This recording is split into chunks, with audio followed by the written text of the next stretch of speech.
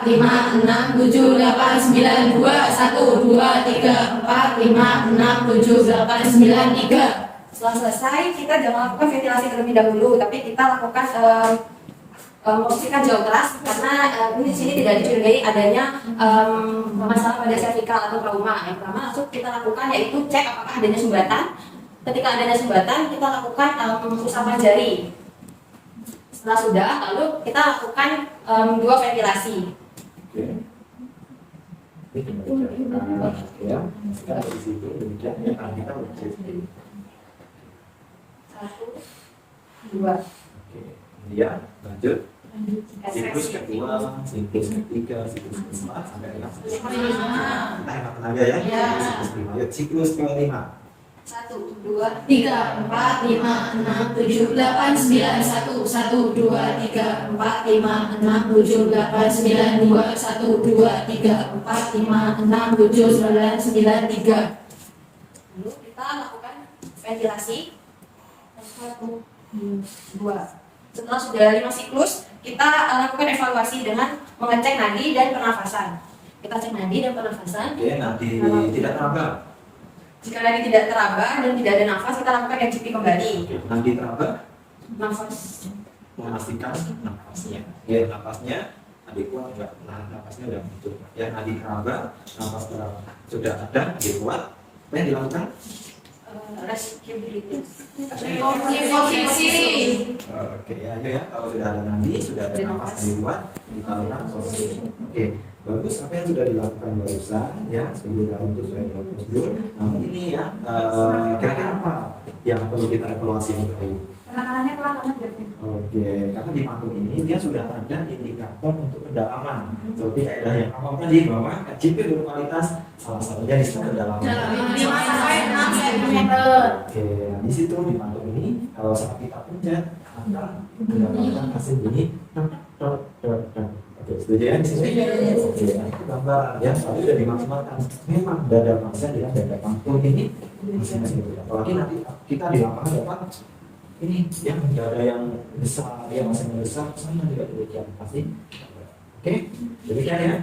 Nah, dulu waktu kita sampai selesai. Saya kira nanti kalian bukan hanya praktek di sini aja. Nanti silakan untuk waktu dilihat kelompok masing-masing nanti belajar sendiri. Jika ada hal-hal yang sekiranya tidak paham, kalian bisa diskusi, kita bisa tanya di luar. Oke, sebelum kita akhiri pada kelas pagi hari ini, ada yang ingin ditanyakan? Cukup ya? Oke, ya. Kita akhiri dengan alhamdulillah ya. Semoga apa yang kita pelajari bisa bermanfaat dan pasti bukan untuk ojek, tapi adalah untuk usaha kalian nanti sebagai perawat. Ya, silakan lebih dahulu ya dengan alhamdulillah kita tutup. Alhamdulillah. Rabbil alamin. Assalamualaikum warahmatullahi wabarakatuh. Waalaikumsalam warahmatullahi wabarakatuh. Demikian sekilas proses pembelajaran yang kami lakukan. Terima kasih. Assalamualaikum warahmatullahi wabarakatuh.